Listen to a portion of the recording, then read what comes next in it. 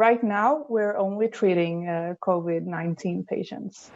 The mood has been good, even though we're tired and maybe a bit frustrated. We have been supporting each other. People dying when I've done my best, that's not the hardest part. It's when people are not getting the care that I know I could give.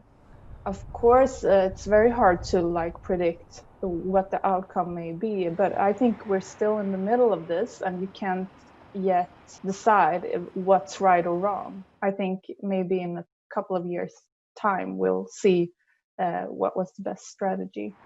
I think everyone in the society are feeling safe with the restrictions that we have. Everyone is responsible. I feel proud. And I don't know if that's right or wrong. I'd say time will tell, but I'm proud that we have the guts to try something else. Our numbers were going up in those early days from single digits up to 70 cases a day, which meant that we really had to bring in the social restrictions. And this was happening when everything was in good shape. We had good testing very early.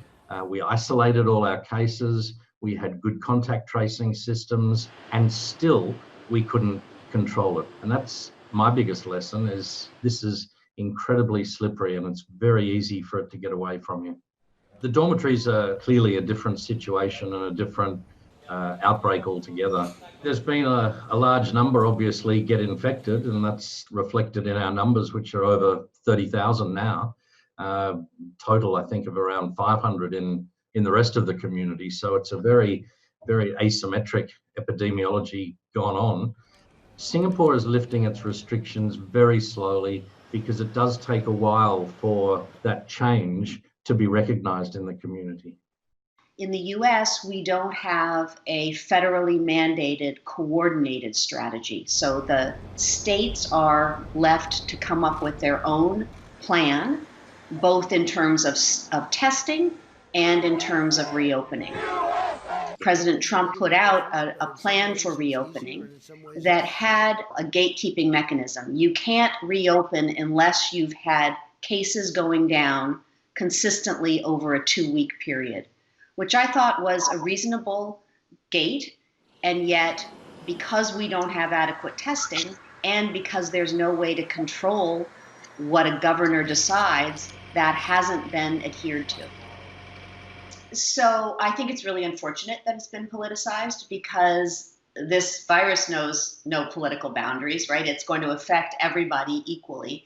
And I think what it's causing is behavior that is putting the population at risk in general. I think it's being fueled by our own president, which is also unfortunate. And he has a mind of his own and acts of his own accord, and I think has created some very deep and long-lasting problems as a result.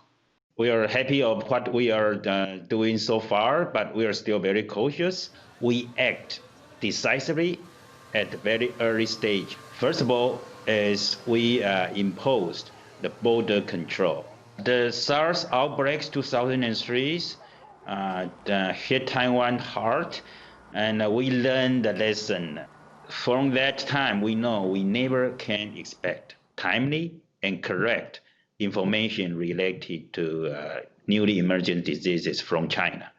The other thing is, after the SARS, the whole society has been preparing for the next pandemic, because it's really heartbroken to see doctors and nurses die in hospital. Many countries have the first lessons this time of COVID-19. They should take this kind of lessons we had before and start building the infrastructures that are very important to be ready for the next wave.